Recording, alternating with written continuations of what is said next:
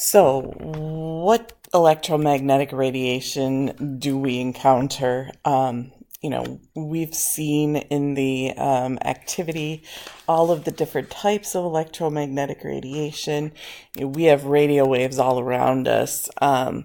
X-rays are more dangerous than radio waves. Obviously, X-rays, for example, when you go to the dentist's office, you have to wear the apron to protect yourself. Uh, we characterize electromagnetic radiation with frequency, which is how often the wave repeats itself, and wavelength, which is the length of the wave. And so we'll use those two terms quite often.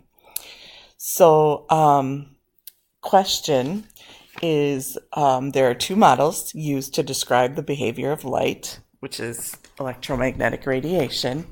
And one of the things that we are going to be discussing is, what is light? Is it a wave? Is it a particle? Is it both? Is it neither? So obviously I'm not with you, so I cannot look at your letters, but hopefully you have an idea in your head and you're going to pretend to put your letters up, and you hopefully got the right answer, which is C, both.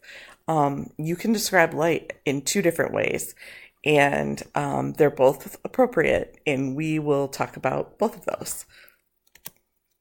So, electromagnetic radiation.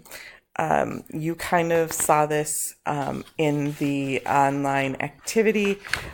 Just some refreshers that we're first going to talk about the wave properties of light. And again, wavelength and frequency. So you can see right here in the middle is the wavelength, distance from one wave, and specifically two identical points. So both of these are at the very top of the wave.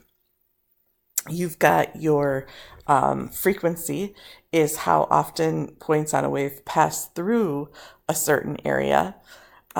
You've got wavelength and frequency are opposite each other. They're inverse related. So the longer the wavelength, like this one, the shorter the frequency. Okay. And then we have the amplitude, which is the distance from the average of the wave to the max. So larger amplitude is brighter light or higher intensity of light. And one of the most important aspects of this that we are going to talk about is that as the wavelength of the wave changes, the color changes. And some animals will be able to see, for example, infrared radiation, but humans cannot. So you can see here there's violet light and here's infrared. And we can see violet, but we cannot see the infrared spectrum. So wavelength, distance from peak to peak, frequency, number of waves per second. And we put those into a formula here, and frequency and wavelength are, again, inversely related, and we can use those two to calculate the velocity of light. So C is the velocity of light. Amplitude is the height of the peaks, or the intensity, and then the energy increases as frequency increases and wavelength decreases. So we will be looking at that and understanding the energy component of that, and the wavelength component are the two main things that we'll be focusing on. So frequency increases, wavelength decreases, energy increases. So here is the electromagnetic spectrum. All electromagnetic radiation falls somewhere in the spectrum. So if you have electromagnetic radiation with a short wavelength and a high frequency, it's high energy, and then vice versa. We can only see the little strip in the very middle that is visible light, that is the visible light spectrum. And you probably have learned the mnemonic device Roy G. Biv to help you remember the order of the colors. One of the important things that you'll have to pay attention to whenever you see an image of the electromagnetic spectrum like this is where the different numbers are located. For example, 10 to the 0 is on the right here, which means these are lower energy, versus here, which are high energy, and these are gamma rays. So always acquaint yourself with the relative position of the numbers. So, talking about the spectrum, when you are looking at the numbers on the spectrum, it's in a log scale. And that pretty much just means that they're powers of 10. And so if we have two objects that are 1 meter apart, which is 10 to the 0, okay, that's 1 meter. Now, if we have two objects that are 10 to the 1 meters apart, that would be B, 10 meters. If we have two objects that are 10 to the 2 meters apart, that is D, 100 meters. And 10 to the third is 1,000 meters. So you can see that there's the logarithmic increase, and we've graphed using the log graph paper. So you should be familiar with that at least a little bit. And that is how, when you look at the electromagnetic spectrum, the labels are always in base 10. And you can see that here in this one as well, because you can see that down here by the gamma rays, okay, this is 0.001, then we've got 0.1 and so on, and they kind of are large gaps, but you can see how it's always times 10 to the, or whether that's negative or positive. So again, here you can kind of look at, I like this one because it shows you what size the wavelengths are equal to. For example, bacteria, this would fall into the visible range. Mountains, that's how big radio waves are.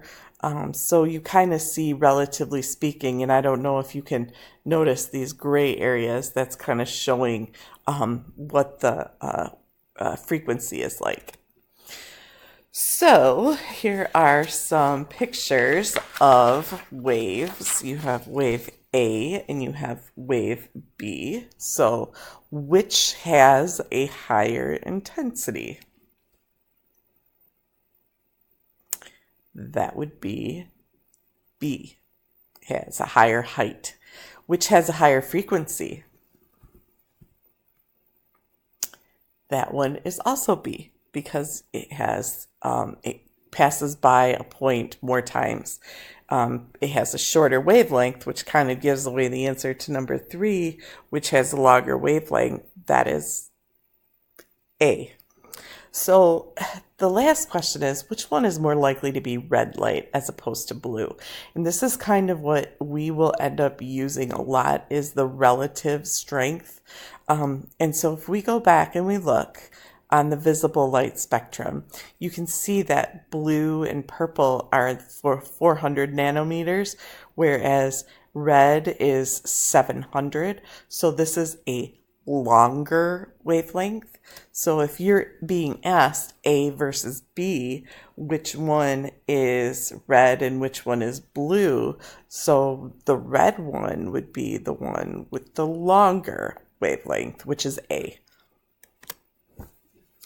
Now, waves.